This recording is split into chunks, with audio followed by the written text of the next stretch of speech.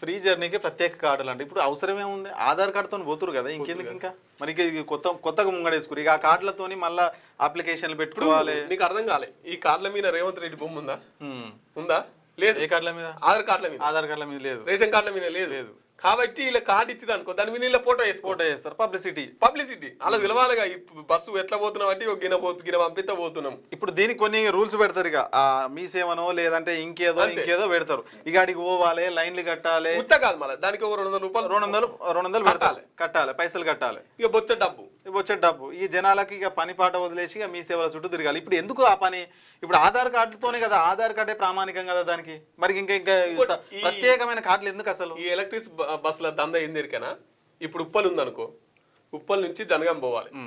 ఈ ఉప్పల్ నుంచి జనగాం పోవాలంటే డైరెక్ట్ గా ఉప్పల్ టు జనగాం, మధ్యలో ఎక్కటోళ్ళు ఎవరు ఉండరు, మధ్యలో బస్ ఆగది. సో కాబట్టి ఏమన్నా ఎక్కేదంటే జనగాం పోయేటోడు ఎక్కాలి. ఇక ఈ లోకల్ బస్సులు ఉంటాయి చూసినావా, గంటల తరబడి వెయిటింగ్ చేయాలి.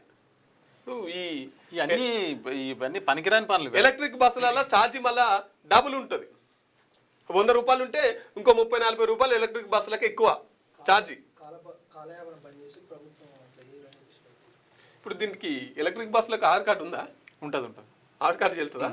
అంటే అందులో కూడా ఎలక్ట్రిక్ బస్సులో కూడా ఇప్పుడు మనకు ఆర్డినరీ, ఎక్స్ప్రెస్, డీలక్స్ ఎట్లా ఉంటాయో సో వాటికి కూడా అట్లే ఉంటుంది. ఆర్డినరీ బస్సు ఉంటుంది, ఎక్స్ప్రెస్ ఉంటుంది, డీలక్స్ ఉంటుంది.